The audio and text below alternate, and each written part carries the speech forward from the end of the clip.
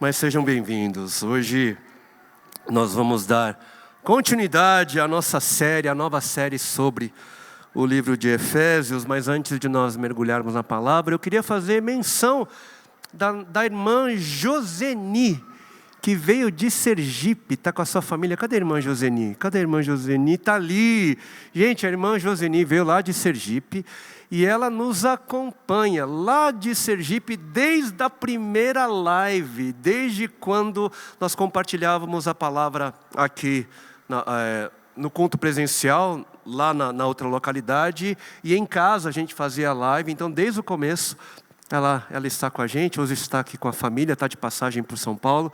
Que o Senhor te abençoe, é um privilégio poder recebê-la no nosso meio. E agora, para aqueles que estão chegando agora, como eu mencionei, há 2 semanas nós começamos uma nova série de mensagens sobre o privilégio de ser igreja. E para nós chegarmos a uma conclusão bíblica sobre o que é ser igreja, nós vamos passar então as próximas semanas, algumas semanas, cobrindo toda a carta escrita pelo apóstolo Paulo, que foi escrita aos moradores da cidade de Éfeso e de toda aquela região, a carta aos Efésios. E hoje, como mencionado, é o nosso terceiro encontro. A gente está começando, é o nosso terceiro encontro na série. E no primeiro encontro, diferente das expectativas, porque a gente disse que falaríamos sobre a igreja, mas a gente não falou sobre a igreja propriamente, mas falamos da realidade que antecede, que vem antes da igreja. A gente foi levado a perceber que, antes de falar da igreja, o texto bíblico de Efésios nos apresenta primeiro o Evangelho. Antes de falar da igreja, é preciso falar então daquilo que gera a igreja, o Evangelho, os indicativos da graça, como nós dissemos no primeiro encontro. E isso é bem presente, o Evangelho, esses indicativos são bem presentes nos 3 primeiros capítulos, de 1 a 3. E é só a partir do 4º capítulo, do 4º ao 6º, que nós vamos perceber palavras mais voltadas sobre o ser igreja. É ali que nós vamos perceber as implicações dos indicativos da graça, o resultado do Evangelho naqueles que foram alcançados para ser igreja. E no segundo encontro, nós nos deparamos com a oração do apóstolo Paulo pela igreja, e nessa oração nós encontramos outros elementos, mais elementos do Evangelho, descobrimos mais indicativos da graça, e algo assombroso nos foi revelado. E o que nos foi revelado é que Jesus, aquele que tem toda a autoridade e aquele que faz pleno todas as coisas, da sua plenitude, Jesus deu ao seu corpo. Jesus deu para a igreja. A igreja é a mediadora da plenitude daquele que tem tudo e é tudo. E eu te convido, se você não pôde estar conosco nas últimas semanas, eu te convido a acessar o nosso canal do YouTube, ou baixar o aplicativo da Livres Church, e ali as mensagens estão todas ali guardadas, e é possível então acompanhar a série, essas 2 primeiras partes, e vai valer a pena. Amém? Então, Efésios capítulo 2, por favor, acesse o texto bíblico comigo. Efésios capítulo 2.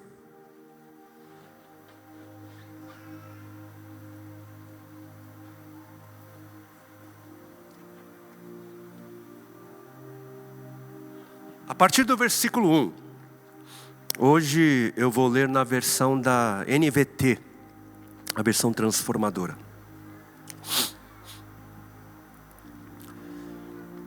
Efésios capítulo 1, Efésios capítulo 2, a partir do versículo 1. Assim nós lemos: vocês estavam mortos por causa de sua desobediência e de seus muitos pecados, nos quais costumavam viver como o resto do mundo, obedecendo ao comandante dos poderes do mundo invisível. Ele é o Espírito que opera no coração dos que se recusam a obedecer. Todos nós vivíamos desse modo, seguindo os desejos ardentes e as inclinações de nossa natureza humana. Éramos, por natureza, merecedores da ira, como os demais. Mas Deus, tão rico em misericórdia, nos amou tanto que, embora estivéssemos mortos por causa de nossos pecados, Ele nos deu vida juntamente com Cristo.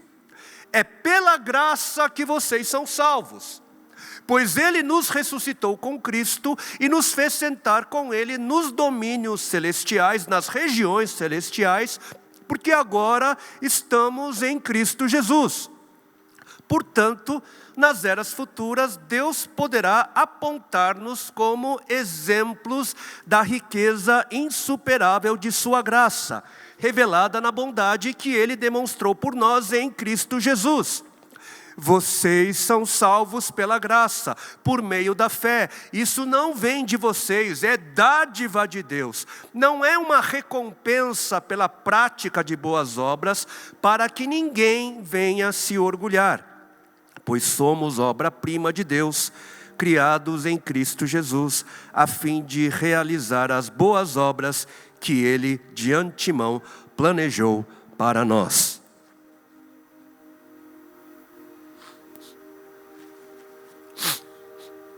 Vamos orar.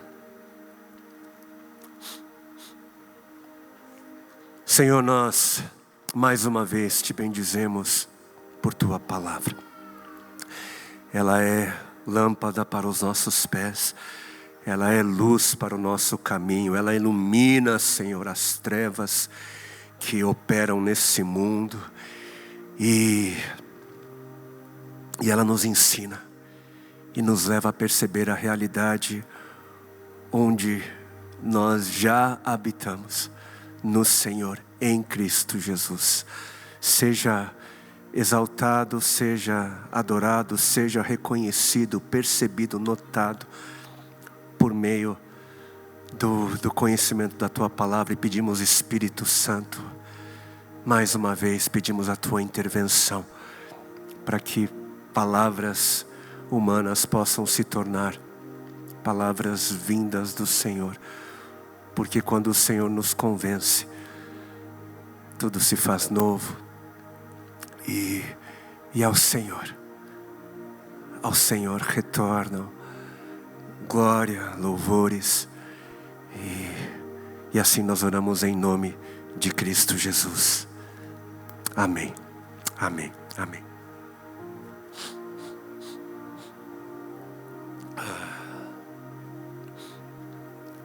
E vocês estavam mortos.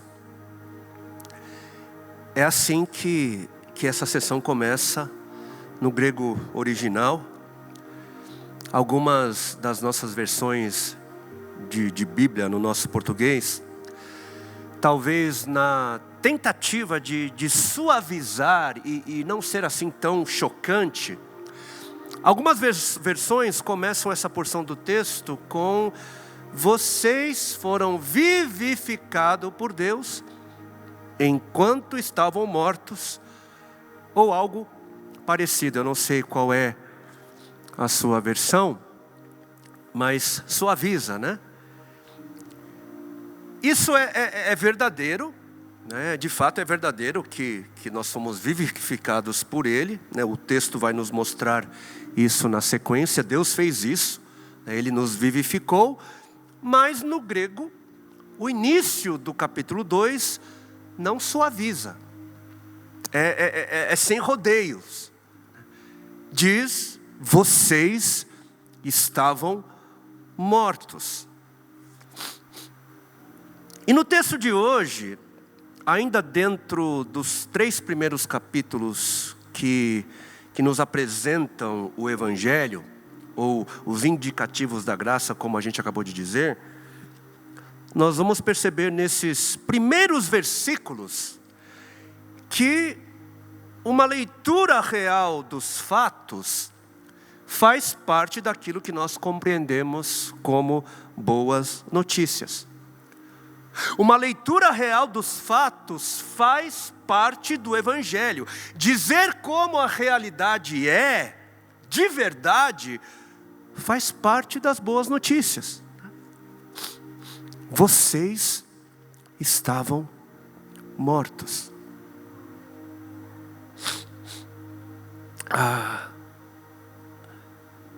E a palavra traduzida do grego aqui, para morto, é necros. Obrigado, querida. A minha esposa já foi pegar, mas obrigado. Eu estou numa crise agora. Perdão, queridos.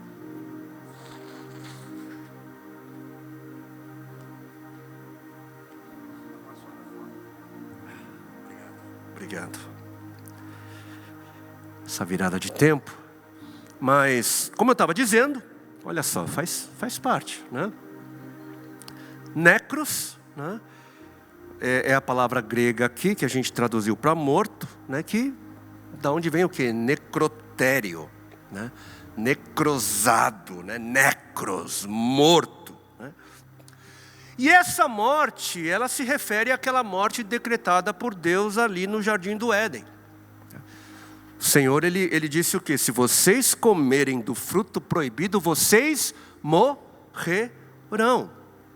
Se vocês decidirem por vocês mesmos serem protagonistas de suas histórias,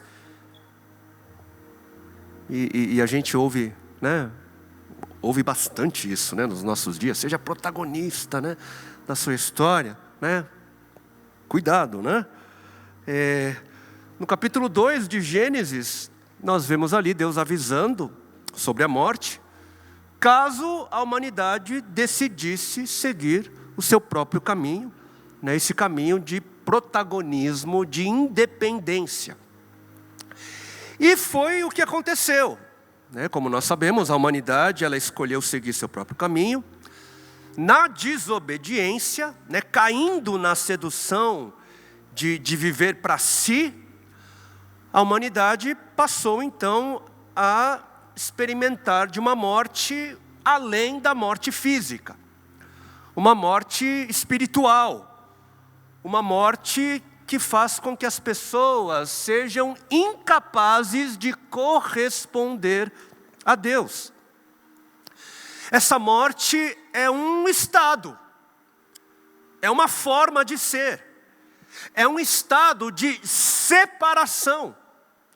Separação de Deus, é um estado de separação da vida, que existe somente em Deus, que é a fonte de toda a vida.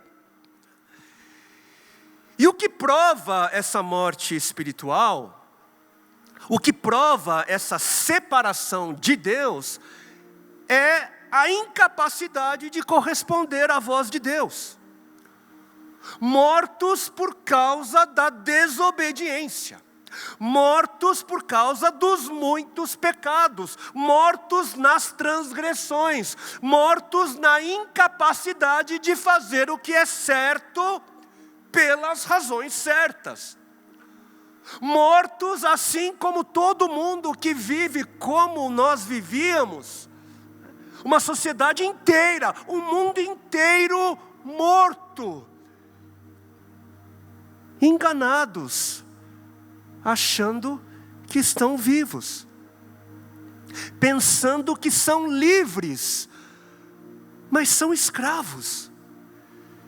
escravos das filosofias, escravos das paixões, escravos do comandante dos poderes do mundo invisível, porque ele é o Espírito que opera no coração dos que se recusam a obedecer. Vejam só, existe um comandante dos poderes espirituais que influencia pessoas a não viverem conforme Deus pensa ser o modo certo de se viver.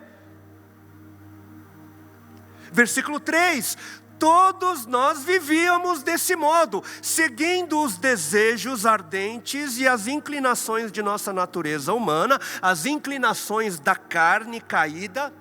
E éramos por natureza, porque nós herdamos isso dos nossos primeiros antepassados.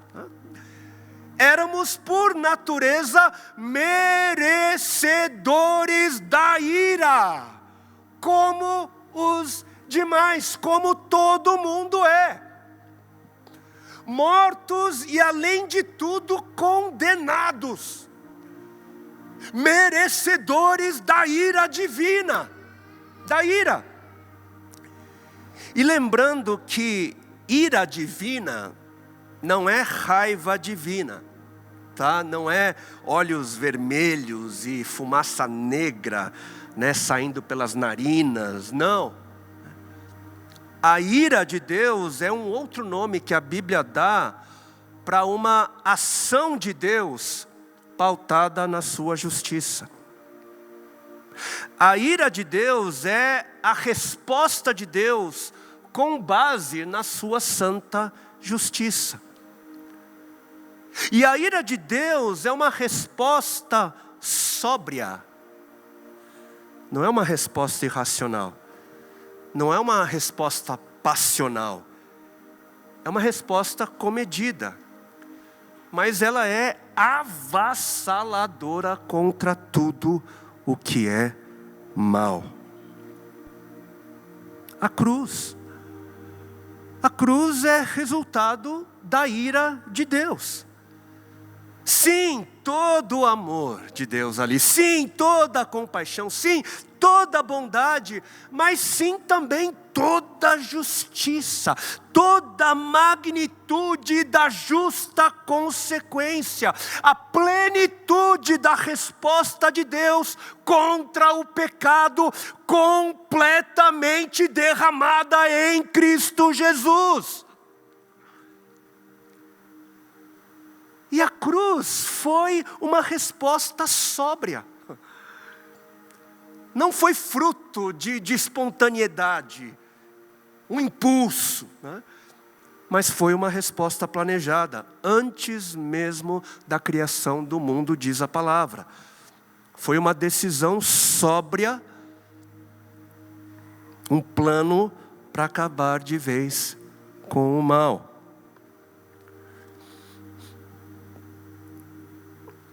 E como eu disse há pouco, e como a gente percebeu, é um início bruto, né? Direto, é duro. Nesse início do 2º capítulo de Efésios. Mas isso é justamente por causa da realidade. É a realidade, é a verdade sendo apresentada. E é uma realidade muito séria. Quando um bom médico, quando um médico dos bons acha, e pode nem ser tão bom assim, mas quando um médico acha um tumor maligno, ele não diz para o paciente: olha, você tem um pequeno probleminha, uma besteirinha. Não liga não. Um bom médico não diria isso. Um bom médico diria: você tem câncer. Essa é a realidade, é um problema sério.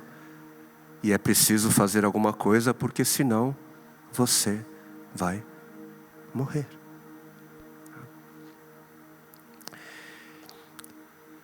E a gente vive num mundo onde apesar de todas as belezas e e de todos os prazeres, a gente percebe que existe algo de errado, né? Algo de muito errado no mundo, né? E não é preciso ser um gênio para perceber isso, né? Mas a maioria não parece ter interesse, né, em investigar a causa do erro, a causa das muitas dores. A maioria percebe o caos no mundo, mas ignora. Muitos seguem com a vida achando que está tudo bem, achando que as escolhas que elas fazem estão bem, achando que as relações que elas têm estão bem, que as expectativas que elas têm sobre o futuro não estão bem. E mesmo que não tenham qualquer expectativa de futuro, está tudo bem também.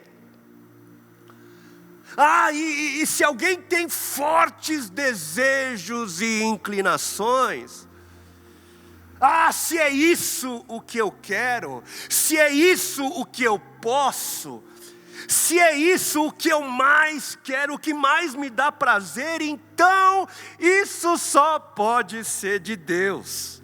Só pode ser de Deus. É o que muita gente pensa.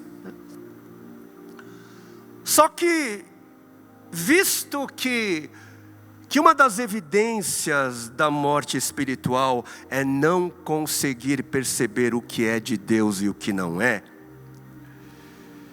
visto que uma das evidências da morte espiritual é ser escravo, é ser escrava das nossas vontades, é ser escrava das paixões, das ideologias. E visto que uma das evidências da morte espiritual é o domínio e a influência dos espíritos malignos sobre as vidas, diante dessas evidências eu não teria tanto otimismo e tanta tranquilidade quanto a situação da maioria das pessoas no mundo. Não dá para ter. Nesses 3 primeiros versículos do 2º capítulo de Efésios, a gente percebe que pessoas mortas espiritualmente, elas são levadas pela cultura, elas são levadas pelos desejos, né, da carne, e são levadas por entidades espirituais malignas. A Bíblia diz categoricamente que existem entidades malignas ao nosso redor, espíritos malignos influenciando, manipulando, conduzindo a humanidade. Ou vocês acham que o Holocausto foi coisa só de gente ruim? Ou vocês acham que o tráfico de crianças e de mulheres é só coisa de gente ruim, né? Que a indústria da pornografia é só coisa de gente pervertida, que as ditaduras, guerras, desigualdades são agendas só de homens? A Bíblia discorda. Ela diz que existem entidades malignas ao nosso redor. Uma vez eu ouvi a fala de um pastor lá do Rio de Janeiro, e ele tinha conversado com um capitão do BOP, sabe aquele batalhão especial, né?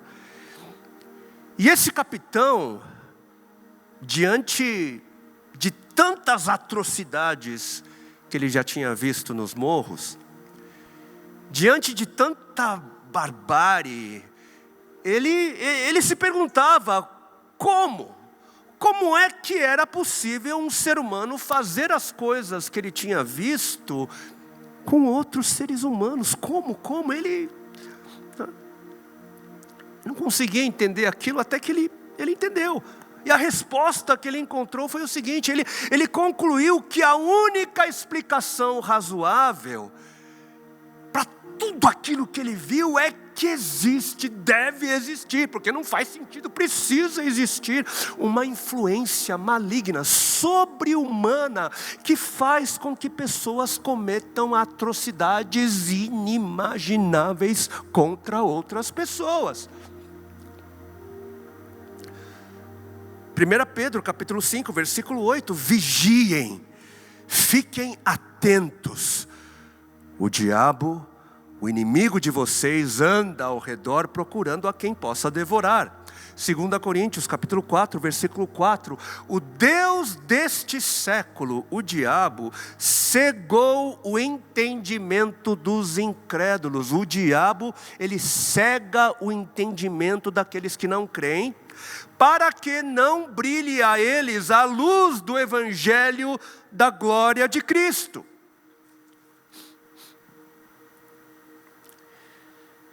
Mas por quê?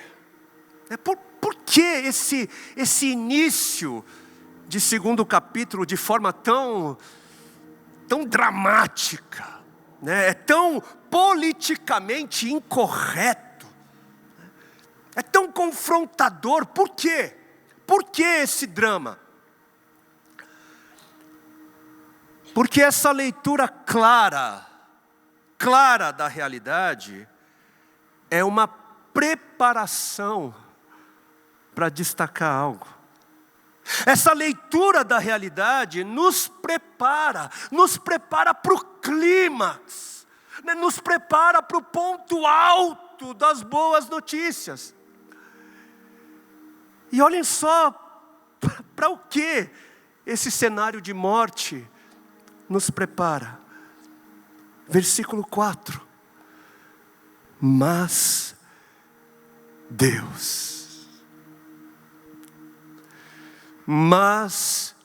Deus, e é aqui onde tudo muda. É aqui onde as nossas histórias, elas encontram esperança, são transformadas. É aqui onde a gente acha toda a esperança para a humanidade, toda a esperança para o universo. É aqui, nessas duas palavras, mas Deus. Todo o mistério contido nessas duas palavras, mas Deus, todo o espanto, toda a surpresa, toda a improbabilidade, o resumo das boas notícias, porque nós estávamos mortos, mas Deus, éramos mentirosos, mas Deus, éramos ladrões, mas Deus, trapaceiros, adúlteros, imorais, invejosos, egoístas, beberrões, feiticeiros, acumuladores de ódio, incapazes de perdoar, vingativos, incapazes de corresponder à justiça de Deus, incapazes de corresponder à santidade de Deus, incrédulos, filhos da desobediência, merecedores da ira de Deus, condenados, merecedores do juízo. Mas Deus, sendo rico em misericórdia, tanto nos amou, que embora estivéssemos mortos por causa de nossos pecados, Ele nos deu vida.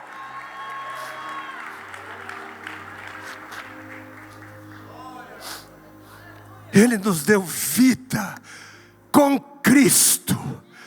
É pela graça que vocês são salvos. Nós éramos inimigos de Deus. Nós éramos aqueles que não queriam saber de Deus. E nós sabemos lá no fundo a gente sabe aquilo que a gente merecia. A gente sabe, eu sei. Era castigo que eu merecia, era justiça o que nós merecíamos. Nós sabemos o que teria sido justo, a gente sabe. Mas Deus, sendo nós ainda pecadores, mesmo não merecedores, Ele nos salvou. Ele nos fez alvos da sua compaixão, bondade. Ele nos fez alvo em Cristo Jesus, nos fez alvos de todas as bênçãos espirituais e nos fez sentar com Ele nas regiões celestiais. E como? Como é que tudo isso foi possível? Pela graça. Pela graça. É pela graça que vocês são salvos. É tudo pela graça. E agora a gente vai para a parte positiva. A gente vai falar um pouco sobre essa graça. Mas antes, vamos alinhar aqui algumas coisas, que tem a ver com o que foi falado até aqui. Porque nós falamos de justiça, nós falamos de misericórdia e falamos de graça. A justiça tem a ver com aquilo que nós merecemos. Justiça é receber aquilo que se merece. Agora, misericórdia é deixar de receber aquilo que se merece. É não receber aquilo que merecemos. Misericórdia é não receber a justiça que merecemos. E graça é receber aquilo que não se merece. É o famoso favor imerecido, presente imerecido. Perceberam as diferenças? Justiça é receber aquilo que se merece, é dívida. Misericórdia é não receber o que se merece, é o perdão da dívida. E graça é receber o que não se merece, Ainda depois de tudo, graça é receber um presente. Percebem a beleza do Evangelho? Dos indicativos da graça? Éramos mortos, como aqueles que descansam nos necrotérios. E nós fazíamos tudo o que mortos espirituais separados de Deus fazem. E Deus, sabendo o que nós merecíamos, para não ser injusto e para fazer com que a justiça fosse cumprida, Ele enviou alguém que o representaria. Alguém que era parte dele. Ele enviou o seu Filho, o seu único e amado Filho, Jesus. A Bíblia diz que o Filho abriu mão da sua glória eterna, que tinha desde a eternidade, e Ele se limitou em uma pessoa humana. O Criador se fez criatura. O justo juiz e rei se fez homem para receber sobre si, para receber nele mesmo a justiça que nós merecíamos. E fazendo isso, Ele manteve a justiça, não sendo acusado de ser um juiz injusto, quebrando a lei para favorecer aqueles segundo a sua vontade, não. Porque recebendo nele mesmo aquilo que nós merecíamos, por causa da demanda da justiça, recebendo nele mesmo, Deus não foi injusto quando Ele escolheu ser misericordioso e nos deu, ou não nos deu, aquilo que merecíamos. Essa justiça que foi aplicada nele, e a misericórdia concedida a nós, abriu um caminho. Abriu um caminho para o lindo presente, para a nossa salvação. Pela graça, vocês são salvos. Para que a gente pudesse receber aquilo que não merecíamos, Jesus recebeu aquilo que Ele não merecia.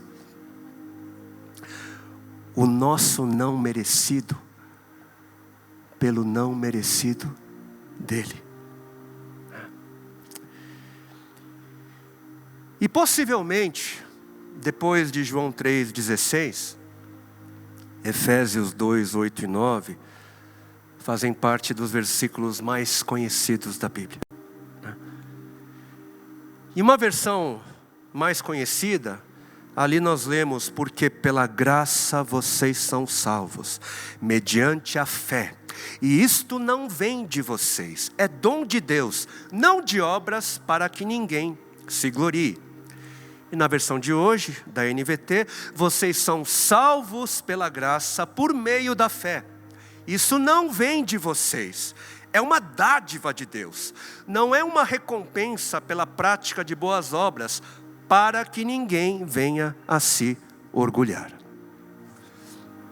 Aqueles que têm mais tempo de caminhada na fé, os mais experientes, sabem que esse texto ele foi bastante discutido ao longo da história do pensamento cristão. E, por exemplo, uma grande questão seria: do que se trataria isto não vem de vocês, mas é um dom de Deus, é um presente de Deus? O que seria esse presente? Seria a graça? Seria a salvação? Ou seria a fé? Eu não acho que seja necessário, nós entrarmos nos detalhes técnicos das argumentações existentes hoje aqui, entrar nos detalhes da gramática do grego bíblico. Mas o que para mim é muito claro é que tudo o que envolve a nossa salvação é presente de Deus. Tudo faz parte de uma realidade que é só possível nele, pela graça. Tudo vem dele, tudo foi ele que proporcionou.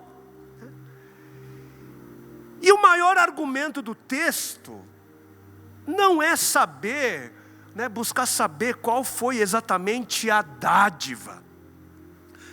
Mas o argumento maior do texto é: vocês nada tiveram que ver com isso. Vocês não tiveram nada a ver com isso. Vocês estavam mortos.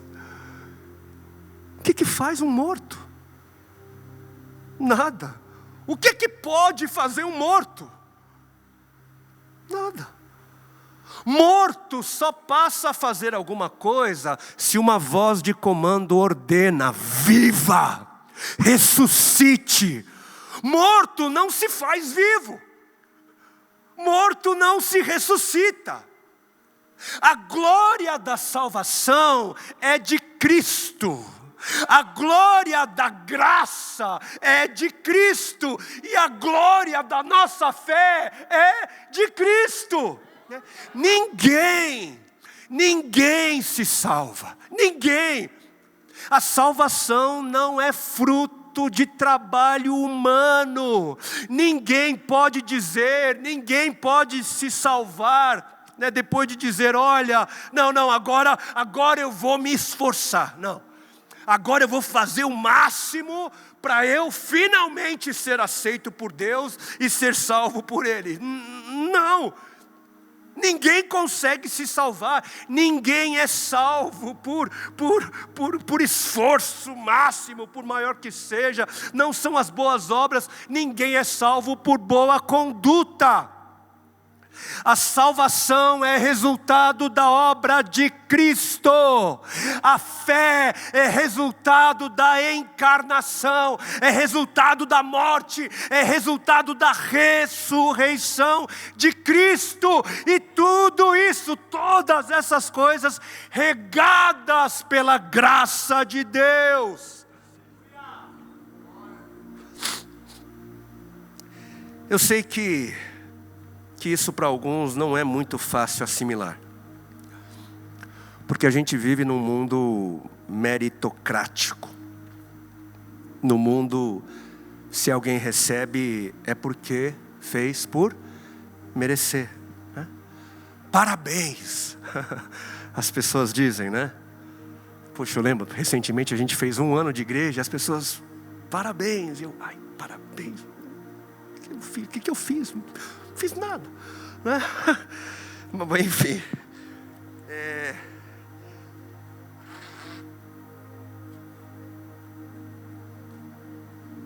E é difícil, né? É difícil para algumas pessoas, é difícil assimilar que algo tão maravilhoso assim seja de graça. Nesse mundo meritocrático, é preciso ter fé para crer na graça, que é pela graça, que é de graça, né? Sem querer dizer que isso não custou muito para alguém, que não custou muito para Deus. É de graça porque alguém pagou, porque Deus pagou um preço altíssimo. É de graça porque não tem preço. Não dá para estipular valor, porque custou o filho. Custou o filho. Tem coisa que é tão valiosa que a partir do momento que você coloca um preço, ela deixa de valer aquilo que realmente vale. Eu te dou. É seu. Recebe, eu te dou. Eu te dou, estou te dando. Já te dei. O que você está fazendo? Você quer comprar? Você quer fazer por merecer? Não dá. Não dá. Ou eu te dou, ou você continua morto. Não tem preço. Foi o meu filho, de valor infinito. Eu estou te dando, você quer? Você quer? Então faz assim, estende o braço para receber. E a fé é isso. A fé é como o estender do braço para receber um presente. E aí eu pergunto, existe mérito nisso? Tem mérito nisso? Na hora que a gente recebe um presente, né? Quem é que enche o peito, né? E se orgulha e diz assim para as pessoas: olha, vocês estão vendo? Olha só como eu estendo os meus braços, olha como eu abro a minha mão para receber. Vocês estão vendo? Demais, hein? Ninguém faz isso. Por quê? Porque o mérito é sempre e é todo de quem dá. O mérito é de quem dá. É pela graça. É pela graça. O mérito é de quem dá. E por que o drama faz parte? Por que o aspecto negativo faz parte? Por que é importante saber que estávamos mortos, que éramos pecadores, filhos da desobediência e merecedores do juízo de Deus? Por que é importante? Algumas razões. Primeiro, porque quem não se acha tão torto assim, tão torta assim, quem se acha uma pessoa, sou uma pessoa boa. Já ouviu isso? Foi falar com alguém, a pessoa diz: eu não faço mal para ninguém. Eu não sei, eu já falei com algumas pessoas que responderam assim, né? E a gente percebe que essas pessoas não se acham assim tão necessitadas da graça de Deus.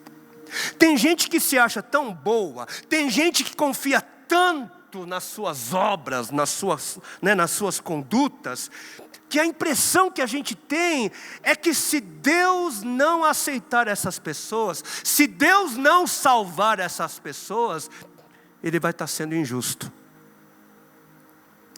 Parece que é Deus quem deve algo para essas pessoas, né? Elas até admitem que um favor aqui ou ali, né, de Deus é bem-vindo, mas afinal de contas elas fizeram por merecer. Aí eu fiz por merecer, é lógico que eu ganhei. Óbvio que eu ganhei. Né? E aí essas pessoas não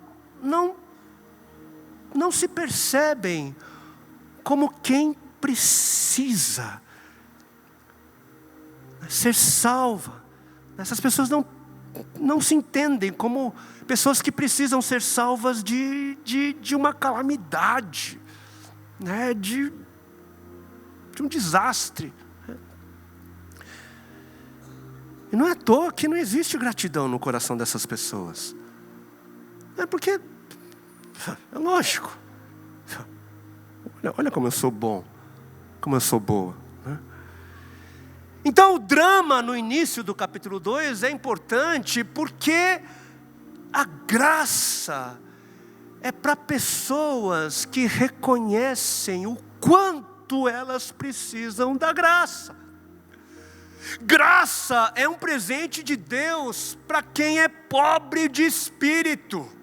Graça é um presente de Deus para quem sabe que não tem como pagar a conta. Graça é para quem sabe que o mal que ela ou ele fez é irreparável, é impossível de consertar. Graça é para gente culpada. Graça é para gente indigna. Não é para gente justa e cheia de si. Não é para gente que se acha boa, decente. Pessoas boas e sem culpa não precisam de graça. Porque pessoas boas e sem culpa não existem. Todos pecaram e carecem da glória de Deus, não há um justo, nenhum sequer. Todos se desviaram e juntamente se tornaram inúteis. Romanos capítulo 3.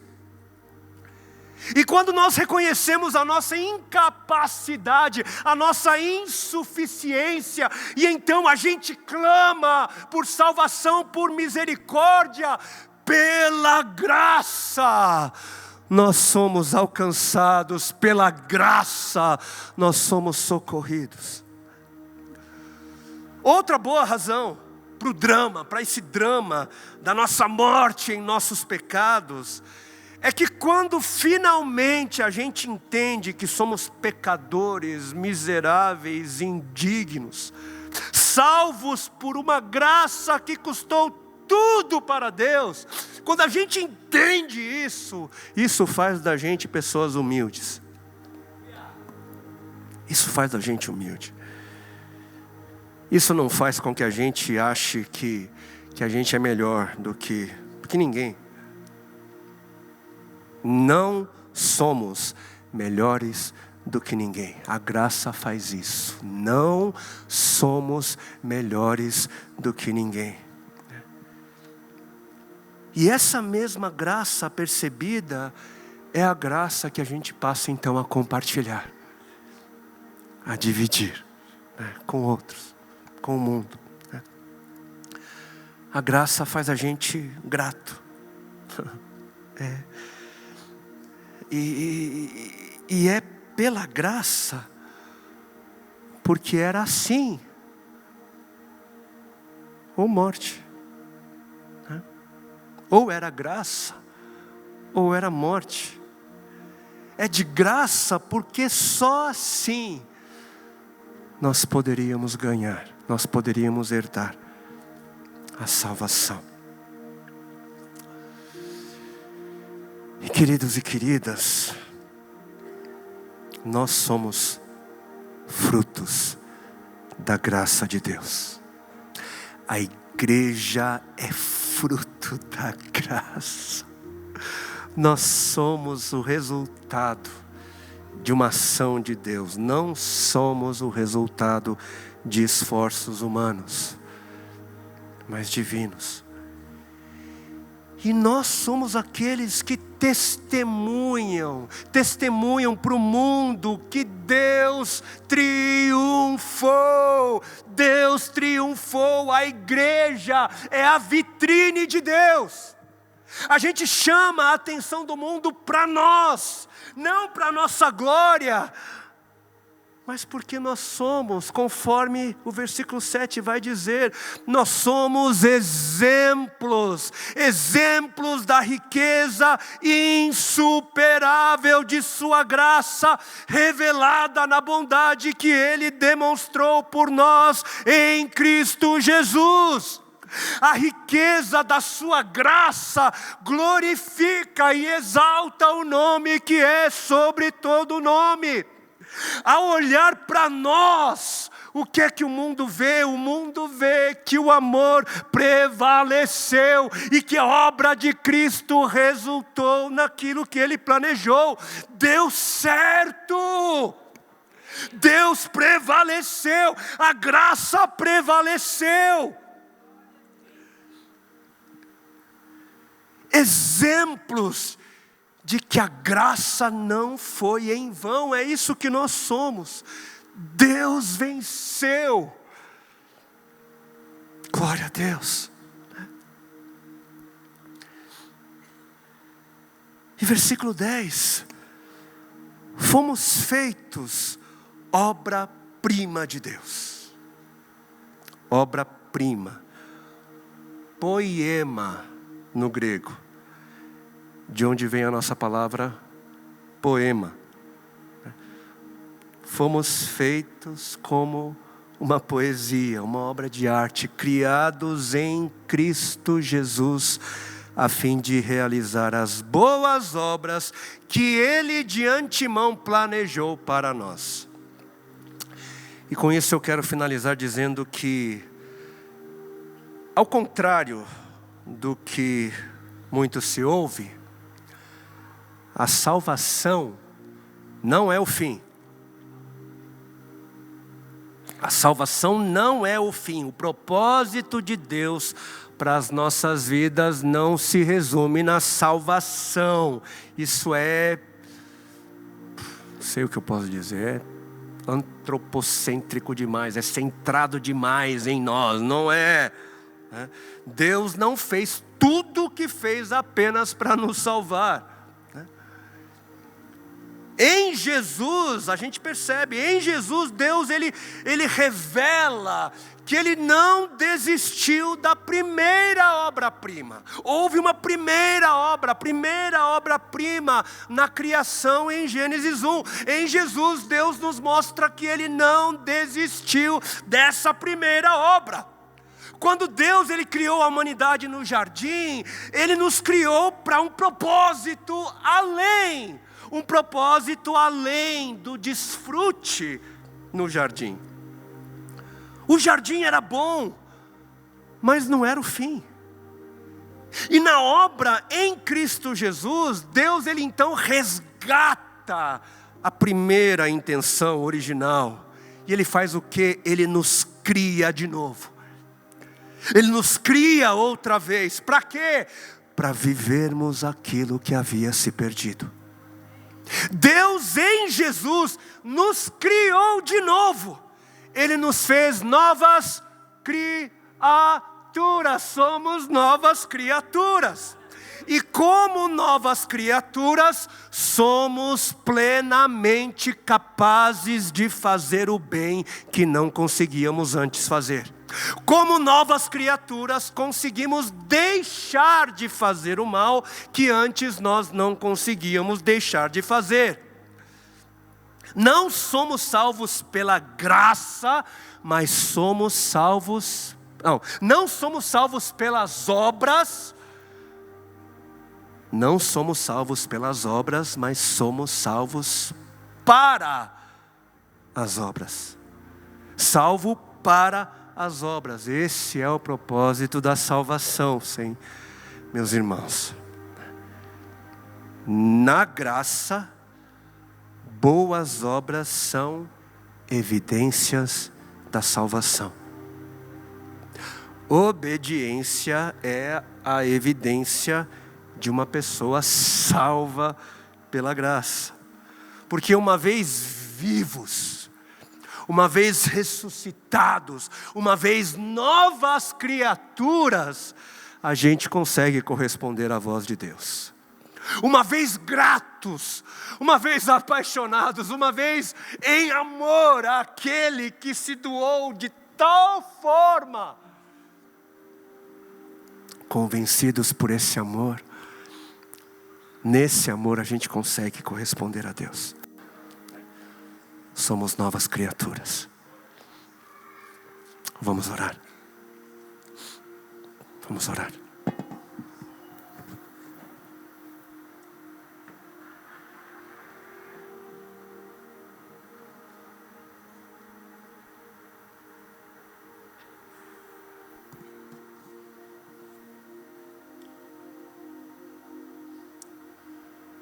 Senhor,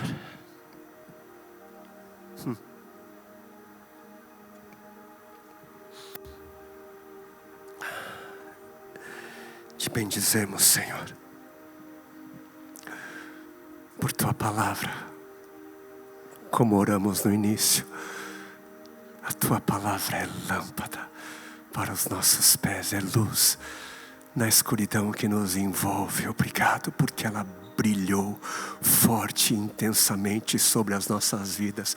Essa luz tem brilhado forte e intensamente sobre nós. O Senhor hoje nos fez perceber a altura, a largura, a dimensão, a profundidade, a glória insuperável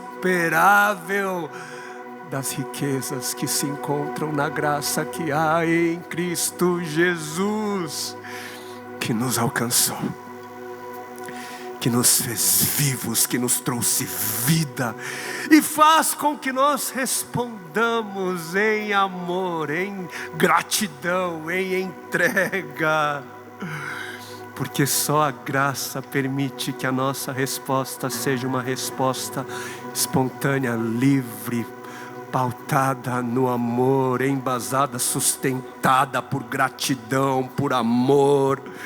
Somos vivos no Senhor, e porque o Senhor nos ressuscitou e nos faz hoje sentar nas regiões celestiais como novas criaturas, ouvimos a tua voz, somos capazes de corresponder à tua voz e dizer: eis-nos aqui.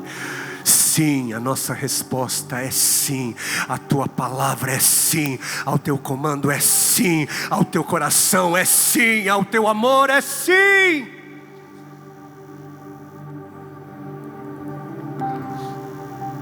Porque aquilo que a tua palavra nos revela nos leva para esse lugar de constrangimento, nos leva para esse lugar de pequenez, de humildade. Quão grande, quão insuperável, quão sublime. Adjetivos nos faltam, Senhor.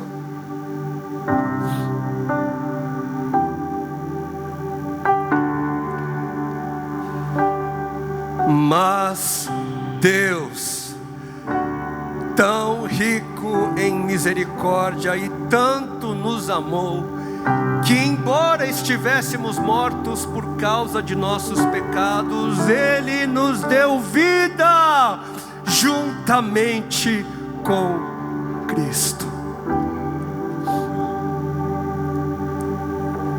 E eu não sei,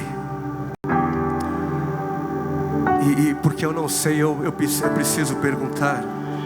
Pode continuar de olhos fechados, em posição de receber. Preciso perguntar: o Evangelho faz sentido para você hoje? Você se via morto, morta, incapaz de corresponder à voz de Deus. Você se via na desobediência, você se via no pecado e separada de Deus, distante.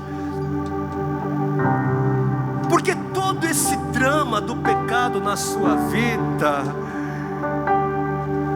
te prepara, tem uma razão, todo esse drama é para te mostrar a riqueza insuperável da graça de Deus que Ele já te deu em Cristo Jesus. Ele já te deu. Eu não sei se você achava que você não tinha acesso à graça. Eu não sei se você achava que você não era digno, não era digna. Você se achava não merecedor. Você se acha não merecedora. Então escute as boas notícias. É justamente por você que a graça de Deus se doou naquela cruz, naquele dia, no meu e no seu lugar.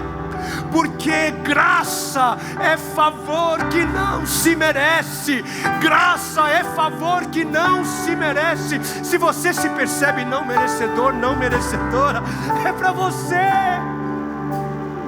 Se você se sente indigno, indigna, não merecedor, não merecedora, é para você, é para você, é um presente justamente para quem não merece, é para quem não merece, senão não seria graça, é para gente que não é digna, senão não é graça.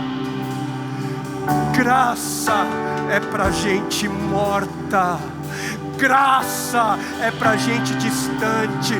Graça é para gente perdida, desesperada, faminta e com sede de vida.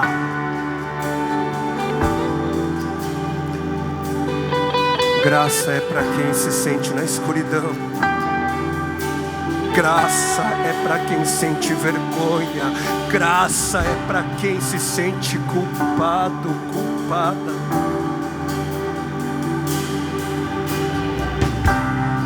Esse mundo meritocrático não conhece graça. E eu repito, é preciso fé para crer na graça. É preciso fé.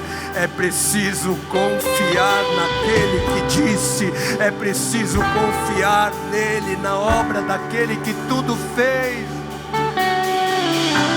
Para crer na graça, é preciso crer em Jesus. É preciso confiar em Jesus. Mesmo que você possa perguntar, mesmo que você possa indagar, como assim? Como assim de graça? Como assim eu não mereço? Eu não mereço, eu sei o que eu fiz, eu sei o que eu mereço, eu sei. Como assim? Como assim? E deixa eu te responder que a única explicação possível vem de um brado de Deus que tem ecoado desde a eternidade. Um brado de Deus que tem ecoado e a cruz fez esse brado ainda ser mais alto. A única explicação é o brado de Deus. É o brado de Deus. É porque eu te amo. Eu te amo. Eu te amo, meu menino. Eu te amo, minha menina. É porque eu te amo. Deus te ama, querido. Deus te ama, querida. E te ama não por aquilo que você fez ou deixou de fazer. Ele te ama não por causa de quem você era, mas te ama apesar de quem você é. Te ama apesar de quem você é. Especial é o amor dele. Excepcional é o amor de Deus. Ele te ama não porque você é merecedor ou digna desse amor. Ele te ama porque Ele é. Porque Ele é amor. É porque Ele é, por quem Ele é, e não por quem você é. Então confie nele.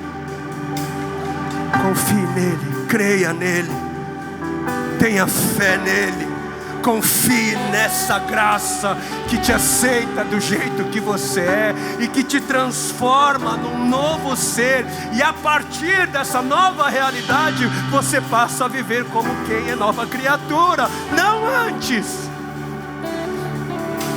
Você pode tentar o máximo que você quiser, você nunca vai conseguir.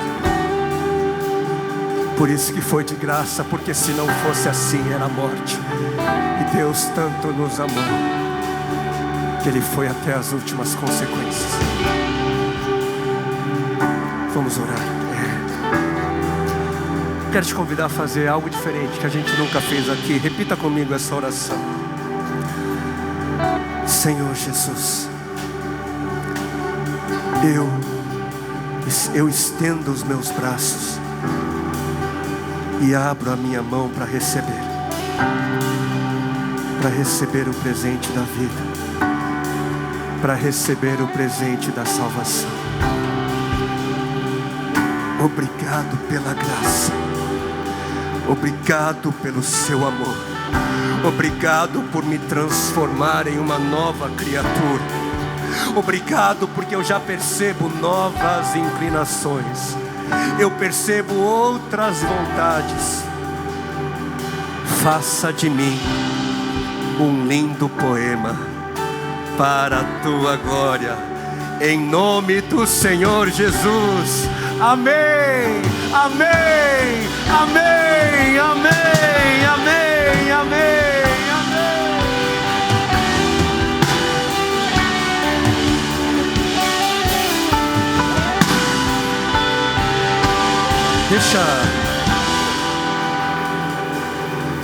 Eu não sei, por isso eu pergunto. Alguém aqui hoje fez essa oração pela primeira vez? Se você fez essa oração pela primeira vez, faz assim, levanta o seu braço. Deixa eu ver. Alguém levantou? Eu não vi. Onde foi? Deus abençoe. Alguém mais? Deus abençoe. Deus abençoe. Você que está com a mão erguida, o Senhor vê. Deus abençoe. Deus abençoe.